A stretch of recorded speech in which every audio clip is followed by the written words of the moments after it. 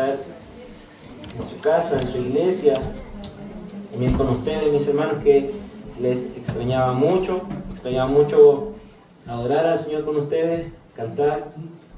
Es hermoso cerrar los ojos y escuchar a la iglesia cantar. Eso llena el corazón. Vamos a la palabra de Dios, amados hermanos. Esta mañana el Señor trae un mensaje distinto. Por lo general usted me asocia al libro de Daniel con nuestro hermano Marcos, pero esta mañana el Señor ha dispuesto algo distinto y vamos a estar en el Evangelio de Lucas. Lucas capítulo 16, vamos a repasar una historia conocida yo creo que por la gran mayoría de los que estamos acá. Es una hermosa parábola, la parábola de el rico y Lázaro, y vamos a estar examinando con la ayuda del Señor esta palabra. Lucas capítulo 16, versos 19 al 31. Si le encontró, voy a darle lectura entonces a la palabra del Señor. Lucas 16, verso 19 al 31. Dice así la palabra del Señor. Voy a leer en versión Reina Valera 1960, ya, pero usted puede leer en la versión que tenga. Dice: había un hombre rico que se vestía de púrpura y de lino fino, y hacía cada día banquete con esplendidez. Había también un mendigo llamado Lázaro, que estaba echado a la puerta de aquel, lleno de llagas, y ansiaba saciarse de las migajas que caían de la mesa del rico, y aún los perros venían y le lamían las llagas. Aconteció que cuando murió el mendigo y fue llevado por los ángeles al seno de Abraham, y murió también el rico, y fue sepultado. Y en el Hades alzó sus ojos, estando en tormentos, y vio de lejos a Abraham y a Lázaro en su seno. Entonces él, dando voces, dijo: Padre Abraham, ten misericordia de mí, y envía a Lázaro para que moje la punta de su dedo en agua y refresque mi lengua, porque estoy atormentado en esta llama. Pero Abraham le dijo: Hijo, recuérdate que recibiste tus bienes en tu vida, y Lázaro también males, pero ahora este es consolado aquí, y tú atormentado. Además de todo esto, una gran cima está puesta entre nosotros y vosotros, de manera que los que quieren pasar de aquí a vosotros no pueden, ni de allá pasar a acá. Entonces le dijo: te ruego pues, padre, que le envíes a la casa de mi padre, porque tengo 5 hermanos, para que les testifique, a fin de que no vengan ellos también a este lugar de tormento. Abraham le dijo a Moisés y a los profetas tienen, óiganlos. Él entonces dijo: no, padre Abraham, pero si alguno fuere a ellos de entre los muertos, se arrepentirán. Mas Abraham le dijo: si no oyen a Moisés y a los profetas, tampoco se persuadirán, aunque alguno se levante de los muertos. El Señor bendiga su palabra. Juan Calvino, yo creo que alguno ha escuchado de él o ha leído acerca de él, fue un importante teólogo, pastor de origen francés, y él dijo una frase, mis hermanos, muy buena, muy certera, a la luz, obviamente, de la palabra. Él dice la siguiente frase, dice: el corazón del ser humano es una fábrica de ídolos. El corazón del ser humano es una fábrica de ídolos. Y eso quiere decir, querido hermano, que nuestro corazón tiene la tendencia o la inclinación natural a adorar cualquier cosa, cualquier objeto, cualquier persona. Puede ser un objeto o una situación de adoración. Le voy a dar un dato. Por ejemplo, en la India se registran más de 330 millones de deidades. Imagínense, más de 330 millones de dioses a los cuales ellos adoran. Tienen sus dioses que son nacionales, pero también en cada provincia del país de la India tienen más de un dios, tienen miles de dioses. ¿Se imaginan un país donde haya más de 330 millones de deidades, de calendarios de adoración a estas deidades? Una locura. Otro pastor dice: la deidad puede ser no solamente un ser superior, ¿no es cierto?, sino que también puede ser cualquier cosa, ya sea física o no, donde nuestro valor esté depositado ahí. aquello que me da valor, aquello que me da propósito, aquello que sea indispensable para mi vida. Eso también puede ser considerado como un ídolo. Y aquí es donde aparecen los fanáticos, por ejemplo, de algún deporte como el fútbol, que son muy apasionados por un equipo y pueden dar su vida por ese equipo. Se tatúan su cuerpo con los emblemas de ese equipo. Pueden viajar de norte a sur por ese equipo y no se pierden ningún domingo, ¿no es cierto?, el ir al estadio y alentar a su equipo. Eso es religioso, mi hermano. Y eso también es un acto de adoración. Ahí también hay idolatría. Así como hay gente que adora a algún artista, ¿no es cierto?, algún actor o alguien famoso, o alguna idolatría incluso por un ser querido, por un hijo, por una esposa, por un esposo.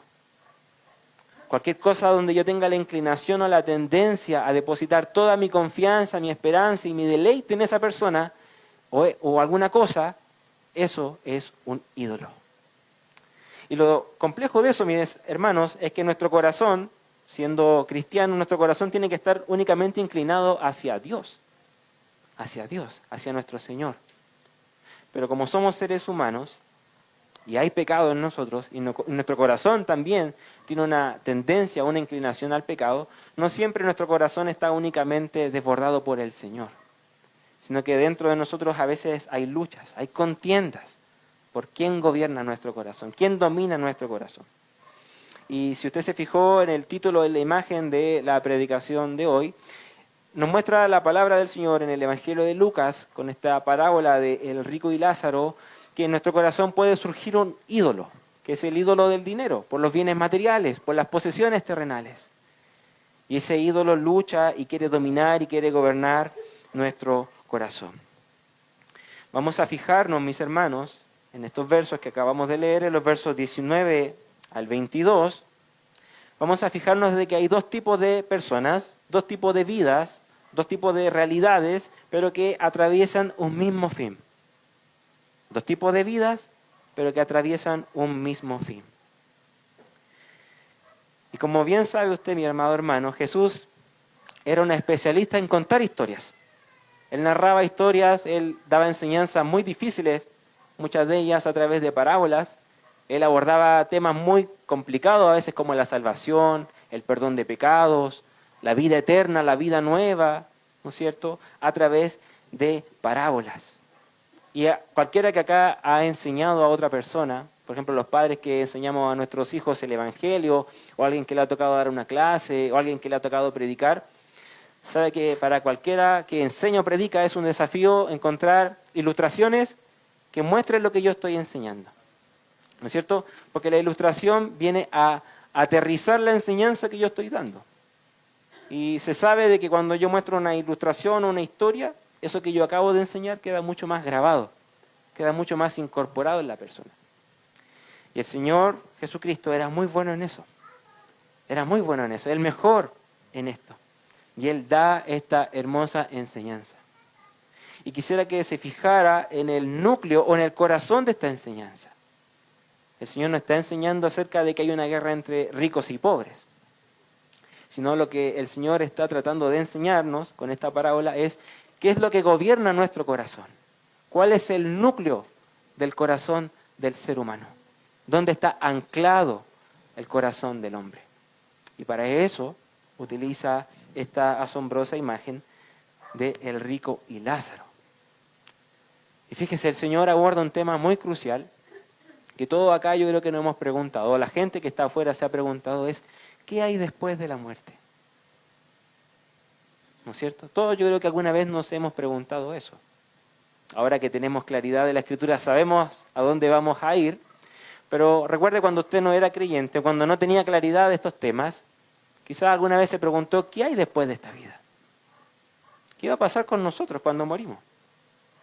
O la gente afuera en el mundo se pregunta, ¿qué hay después de la muerte? ¿Habrá un más allá?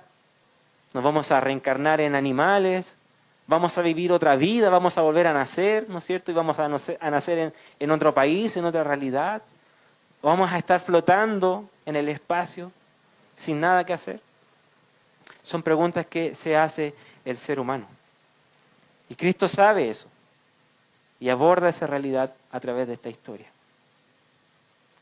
Y fíjese lo que aborda el Señor. Aborda un tema muy difícil de comentar incluso, que es que después de la muerte hay dos caminos.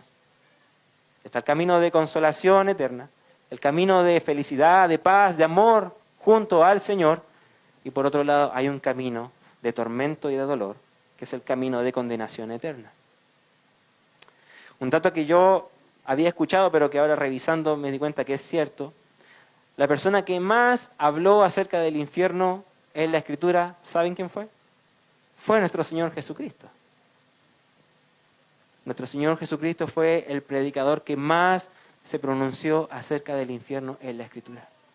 Y a veces a nosotros los predicadores nos da miedo hablar del infierno, ¿cierto? Porque decimos eso puede espantar a los hermanos, puede espantar a la iglesia, puede espantar al oyente. Pero si el Señor Jesucristo puso mucho énfasis en eso, ¿por qué entonces no predicarlo?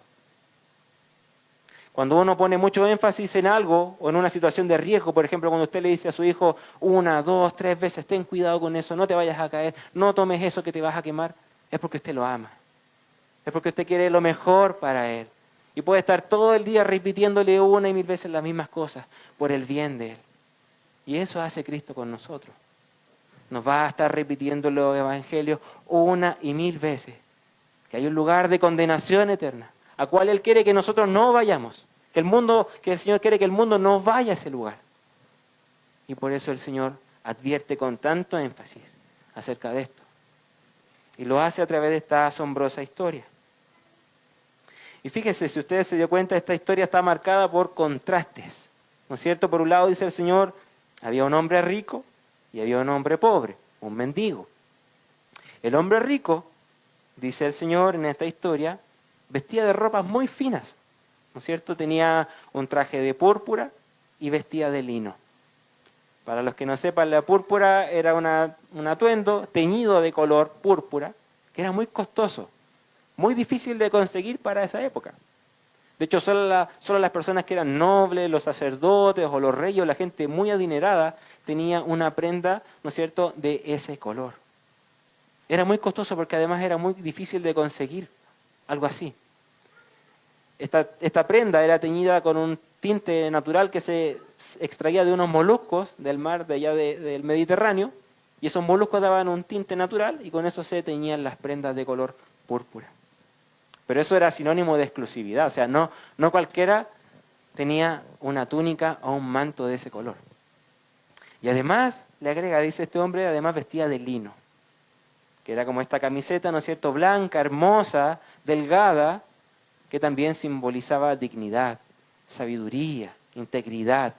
Y no cualquiera tampoco poseía un traje de lino, sino que eran personas también muy importantes. O sea, ya solamente del atuendo estamos hablando de una persona que era muy poderosa, muy importante y muy exclusiva, ¿cierto? Imagínese entrase ahora alguien acá con un traje muy costoso, muy costoso. Ni siquiera hablar de Armani, porque Armani no es tan costoso, algo mucho más costoso. Alguien así es la imagen de este hombre rico. Y además nos dice el Señor que además de vestir de esa manera, Él ofrecía todos los días un banquete en su casa. Al igual que ahora, en esos tiempos se acostumbraba a ofrecer banquetes, el que podía obviamente, y convidaba a personas, ¿cierto?, a su casa, pero se acostumbraba a hacerlo cuando se celebraban fiestas, cumpleaños, se daban en nupcia una pareja, ¿cierto? Pero hacerlo todos los días era algo excesivo. Y solamente alguien con mucho poder adquisitivo podía hacerlo. Y la imagen que muestra el Señor es alguien como que quiere mostrar cada día a las personas lo que Él tiene. Van a gloriarse con los demás y decir, vengan a mi casa, coman de mi mesa. Eso lo hacía cada día de su vida.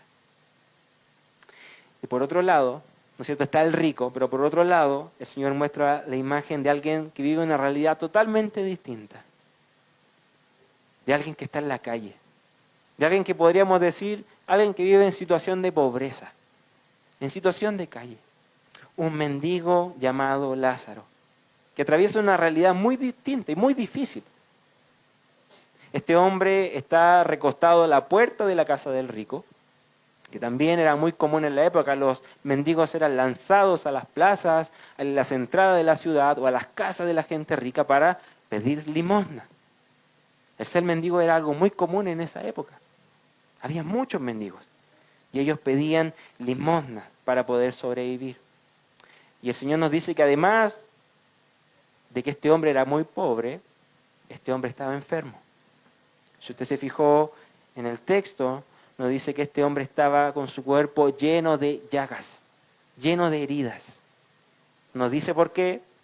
Uno podría inferir de que puede ser una enfermedad como la lepra, que era muy común en la época, alguna enfermedad en la piel, ¿no es cierto?, producto de la desnutrición o producto de las malas condiciones de higiene, pero era un hombre que estaba totalmente enfermo, lleno de llagas y moribundo, tenía hambre. Él deseaba poder saciarse incluso con las migajas que caían de la mesa de este hombre rico. Y nos muestra que la imagen de este hombre era de total desamparo. No había nadie junto a este hombre. Solamente unos perritos, ¿no es cierto?, que lamían sus heridas, que eso podría provocar mucho más infección, pero que socialmente lo hacía ser una persona mucho más excluida de la sociedad, porque los perros para esa época eran considerados como animales carroñeros, de lo peor. O sea, si yo veía un perro le tenía que hacer el quite. No es como ahora que decimos que el perro es el mejor amigo del hombre. En esa época escapaban de los perros. Y el perrito con su mejor intención lamía las heridas de Lázaro, pero eso generaba que la gente le provocara cualquier rechazo. O sea, no querían acercarse a ese hombre. ¿Se fijan los contrastes de esta historia? Un hombre lleno de dignidad, lleno de honor, lleno de gloria, con muchas personas en su casa. Y por otro lado, un mendigo tirado en el suelo, hambriento, moribundo y sin nadie que le acompañe. Pero el Señor, en su sabiduría, hace que esta historia tenga un cruce y ambos hombres vivan un mismo destino, que es la muerte. El rico con todo su poder y con todo su dinero no pudo escapar de la muerte, ni el pobre con toda su pobreza se pudo esconder de la muerte, sino que ambos sufrieron el final de sus vidas. Y aquí es donde se da vuelta la historia. Aquí es donde cambia el escenario. Porque nos dice que Lázaro es recibido por ángeles en el verso 22, y los ángeles lo trasladan al seno de Abraham, que es como una imagen donde Jesús dice, estos ángeles toman a Lázaro y lo llevan a la presencia de Dios, donde está la morada de Abraham, antepasado de todos estos hombres. Recuerde, contexto de pueblo judío. Y por otro lado nos dice que el rico simplemente murió y fue sepultado. No hay banquete, no hay honor, no hay gloria, no hay trompetas que anuncien, ¿no es cierto?, la despedida de este hombre. No, él muere y es sepultado. Y aquí la imagen se da vuelta, porque Lázaro, que era un hombre pobre y menospreciado, es tomado por estos seres divinos y llevado a un lugar de honor, un lugar de descanso. Y este hombre rico, en cambio, es simplemente sepultado. Mis hermanos, si usted se ha dado cuenta, esta historia no se trata de ricos versus pobres, no tampoco se trata de que los pobres nos vamos a ir al cielo y los ricos se van a ir al infierno. No se trata de eso, mis hermanos. De hecho, el mismo Abraham, si ponemos datos sobre la mesa, es considerado como una persona muy rica, con todas las posesiones que él tenía, todos los animales, todas las tierras que él tenía, y aún así fue llevado al cielo. Entonces no se trata esta enseñanza de que los ricos van al infierno y los pobres van al cielo, sino que se trata de dónde estaba el corazón de cada uno de estos hombres. Esa es la enseñanza. ¿Dónde está el corazón del rico y dónde está el corazón del pobre? Uno podría inferir, porque acá falta mucho contexto más de la narrativa de la historia, pero uno podría inferir por los resultados de esto. ¿No es cierto? Acá el Señor no nos muestra la confesión del pobre, ni tampoco nos muestra el pecado abierto del hombre rico, pero sí lo que el Señor nos muestra son los resultados, la evidencia de sus decisiones, la evidencia de lo que ellos decidieron mientras tuvieron vida. Eso es lo que el Señor nos muestra con este relato.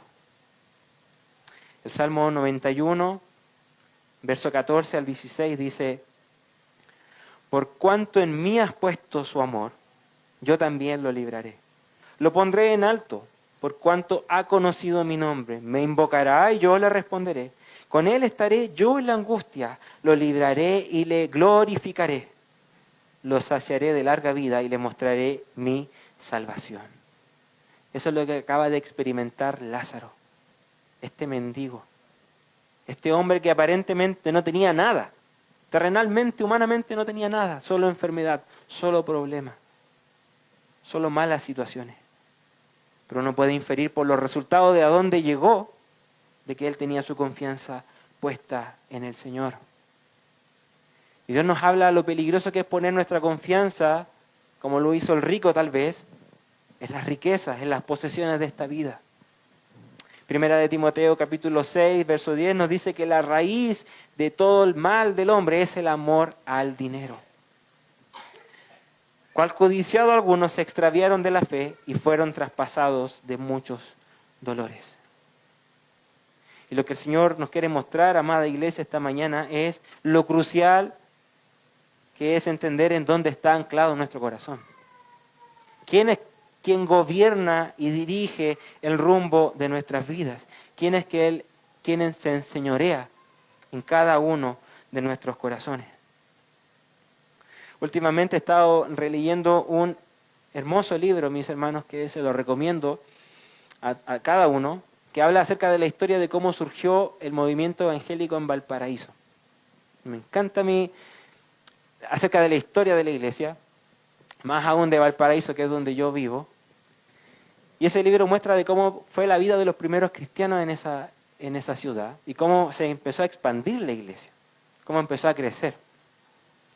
Y yo me concentré mucho en cómo vivían nuestros antepasados, nuestros hermanos de aquella época, del 1900, 1906, 1907. Cómo vivían los jóvenes, cómo vivían los ancianos, cómo vivían los niños en aquella época. Y fíjese algo que me llamó mucho la atención, que es, para hacer un contraste en la iglesia actual, es que esta iglesia se reunía de lunes a lunes. ¿Usted se imagina, mi hermano, estar toda la semana en la casa del Señor, de lunes a lunes? Quizás lo experimentó, o quizás lo deseó. Porque yo me acuerdo cuando recién me convertí al Señor, yo estaba de lunes a lunes en la iglesia. Y de hecho yo le decía a mis papás, o le decía a Gisela, por mí yo viviría en la iglesia. Me encanta estar acá. Estar en los cultos, en los servicios, ir a visitar, ir a predicar, visitar a un enfermo, después el culto en la tarde.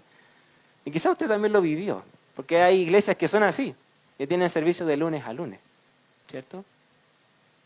Y esta iglesia en esa época estaba toda la semana en la iglesia. Y en la semana obviamente hacían oraciones, vigilias, ayunos. Iban a visitar a un enfermo, iban a predicar a una plaza. Y eso todos los días de la semana. Y estamos hablando de personas que, al igual que nosotros, trabajaban, tenían familia, algunos estudiaban. Otro dato que me llamó mucho la atención es que en el terremoto de 1906, que me imagino que saben que fue un terremoto que sacudió el país, muy fuerte, el templo que estaba reunido esta iglesia, que quedaba en la calle Simón Bolívar, ese templo se destruyó por completo, quedó en el suelo. Y lo que tuvieron que hacer estos hermanos es reunirse en casas, repartidos por todos lados. Y un día dijeron, basta de esto, somos una iglesia, no podemos andar por cualquier lado, y se propusieron desde 1907 a 1908 levantar esa iglesia. Y lo lograron, con la ayuda del Señor. Y de hecho lo hicieron más grande aún. Levantaron un templo mucho más grande, para muchas más personas. Con un año de trabajo, mis hermanos. Y la realidad de estos hermanos era gente pobre, gente sin estudio, sin educación y con trabajos que eran muy precarios.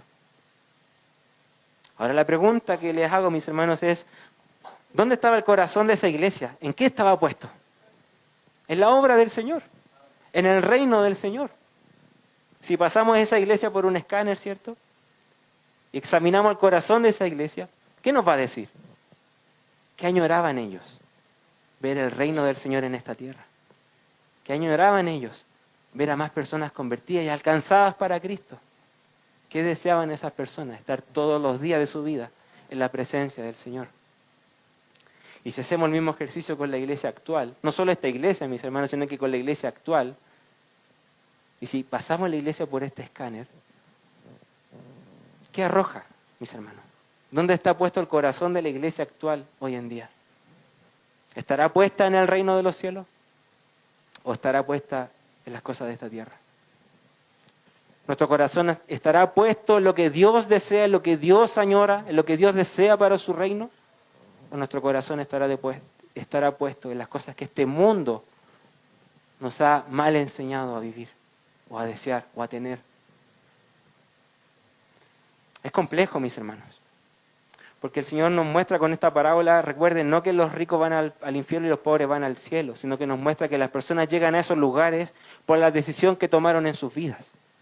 Y llegaron a esos lugares por lo que gobernaba y dominaba sus corazones. Entonces la pregunta para nosotros esta mañana, queridos hermanos, es ¿dónde está nuestro corazón? Como iglesia, ¿dónde está nuestro corazón? Y como hermanos, como personas individuales, ¿dónde está puesto tu corazón, mi amado hermano? Luego en los versos 23 hacia el 31, vemos que la decisión de estos dos hombres provocó consecuencias. Y vimos que eran consecuencias eternas, irreversibles. Estos dos hombres atraviesan la muerte. Ni el rico ni el pobre pudieron eximirse de esta realidad y despiertan en dos lugares distintos. Y aquí, como se dice en Chile, se dio vuelta la tortilla y el pobre, que estaba pasándolo muy mal, está en un lugar de honor y gloria. Y el rico estaba en un lugar de tormento, en un lugar terrible, en un lugar donde nadie, y créame, nadie va a querer llegar. Nadie. El rico despierta en el Hades, que en otras traducciones es el Seol o el infierno. Este lugar de eterno, y mi hermano, por favor, entienda esto, un lugar de eterno sufrimiento, de eterno dolor, de eterno sufrimiento y de eterno dolor, de eterno tormento. Verso 24 dice, entonces él dando voces dijo, Padre Abraham, ten misericordia de mí y envía a Lázaro para que moje la punta de su dedo en agua y refresque mi lengua porque estoy atormentado en esta llama. Hermano, es una imagen muy triste, muy terrible. Era tanto el dolor de este hombre que solamente quería que Lázaro con una punta de su dedo moje su lengua para refrescarlo. Y Abraham le responde que lamentablemente eso no es posible. Y le dice, mientras tú tenías vida, oh hombre rico, tú disfrutaste de tus bienes, tú disfrutaste de un bienestar. Mientras tú tenías vida, podías hacer lo que quisieras. Tenías el poder adquisitivo para conseguir lo que quisieras. Tenías vida, tenías salud, tenías aire en tus pulmones, podías tomar cualquier decisión. Y recibiste bienes, pero ahora eres atormentado. En cambio, ese pobre, en vida también, mientras él tuvo vida, él tuvo mal vivir. Él recibió males. Él sufrió de enfermedades, sufrió del menosprecio de la gente, sufrió quizás de la burla de los demás. Pero ahora ese hombre pobre es consolado. Pero además de eso, le dice Abraham a este hombre rico, entre nosotros existe una brecha muy grande y es imposible pasar de allá para acá o de acá para allá. O sea, no hay nada que hacer, lamentablemente, hombre rico. Eso por un lado, mi hermano, vuelve a subrayar esto, de que una vez caído en ese lugar, nada ni nadie nos va a poder sacar de ahí. Nadie puede salir de ese lugar de condenación, mi amado hermano. Eso es irreversible. Mientras uno tenga vida, como dicen, mientras uno tenga vida y salud, es ahí donde hay que buscar al Señor. Porque después, tarde va a ser. En ese lugar ya no va a haber oportunidad para orar y pedir misericordia al Señor. Porque Dios no va a poder sacarnos de ahí. Pero por otro lado hay una bendita seguridad.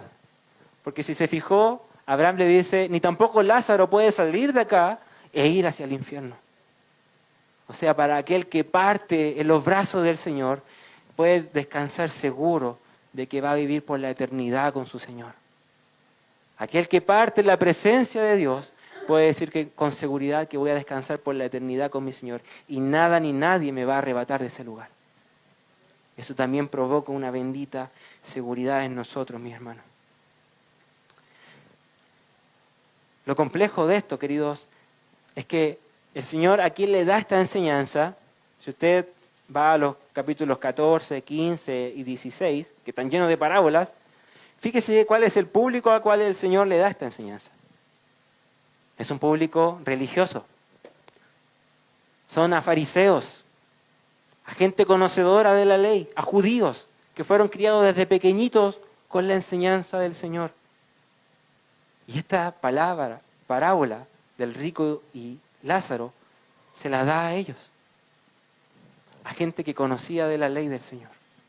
A gente que decía, amo al Señor, pero que en realidad sus actos mostraban que no amaban la obra de Dios. Gente que decía, yo amo la ley de Dios, pero que en realidad sus actos decían que ellos no vivían o no cumplían esa ley del Señor. Este hombre rico, tal vez siendo judío, era conocedor de que Dios tenía mandato incluso en el Antiguo Testamento de ir en ayuda a los pobres, de ir en ayuda a las viudas, de ir en ayuda a los huérfanos. Y este pobre estuvo todos los días parado en su puerta. Pero este hombre rico no lo ayudó. No tomó en cuenta los consejos o los mandatos de Dios para su vida. Su corazón estaba tan gobernado por este ídolo de las riquezas que únicamente lo que él deseaba era mantenerse así y disfrutar cada día de su vida lo que él tenía, con banquetes, mostrando sus lujos, mostrando sus poderosas vestimentas, su rica comida. Pero él olvidó completamente de que Dios había establecido mandatos para poder ir en ayuda a los huérfanos o a los pobres o a las viudas. Mis hermanos, esta es una hermosa lección para nosotros, pero que nos tiene que hacer estremecer. Porque nosotros, si hacemos como el símil, nosotros somos ese pueblo religioso, ese pueblo que conoce la ley del Señor. Pero la pregunta es si estamos viviendo conforme a esa palabra. Si estamos viviendo conforme a los mandatos del Señor. Si es nuestro Señor el que gobierna y domina nuestros corazones, si es su palabra la que está anclada en mi vida. Y todo lo que yo haga entonces responde a esta palabra. Recuerde, después de esta vida ya no va a haber tiempo para orar, ya no va a haber tiempo para leer, ya no va a haber tiempo para congregarse. Como dice Hebreos 9:27, de manera que está establecida para todos los hombres, una vez que mueran, después de eso vendrá el juicio. Y no hay más, mi amado hermano. Por eso este es el tiempo, querido hermano. Si el Señor te ha inquietado esta mañana con esta palabra, es porque este es el tiempo para que renuncies a todos los ídolos que hay en tu corazón y puedas decir, Señor, sé tú el único que pueda gobernar y guiar mi vida. Este es el tiempo, mi amado hermano, para que tú puedas renunciar a todo aquello que te ancla y te mantiene aferrado a esta vida, aferrado a este mundo. Y puedas tener tu corazón únicamente anclado en nuestro Señor, únicamente anclado en sus promesas, únicamente anclado en su venida, en su esperanza. Mis hermanos, la realidad de nosotros es que vivimos en este mundo que es pecaminoso. Nuestro cuerpo, nuestra carne, nuestro corazón, nuestra mente también tiene una tendencia al pecado. Y a veces miramos esta historia y decimos, es fácil, nosotros siempre nos vamos a comparar como con el pobre, ¿no es cierto? Con el rico es muy difícil que yo me compare con un rico. Pero en realidad a veces deseamos tener esa vida. Deseamos tener un mejor vivir, un mejor pasar. Mi hermano, acá, con honestidad delante del Señor, ¿quién no ha querido tener para arreglar su casa? Y querer arreglarla y dejarla hermosa. ¿Quién no ha querido tener dinero para darse una vuelta por todo el mundo, recorrer países, viajar? ¿Quién no ha querido acá tener el suficiente dinero para comprar cosas para su familia, ayudar tal vez a otro?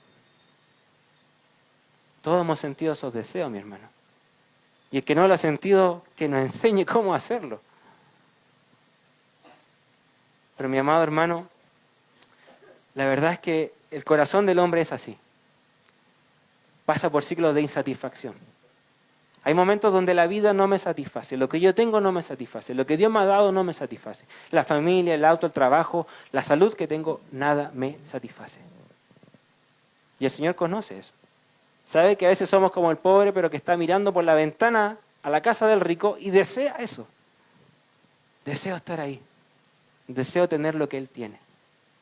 Y uno dice y reclama al Señor, Señor, si yo soy tu hijo, ¿por qué sufro esto?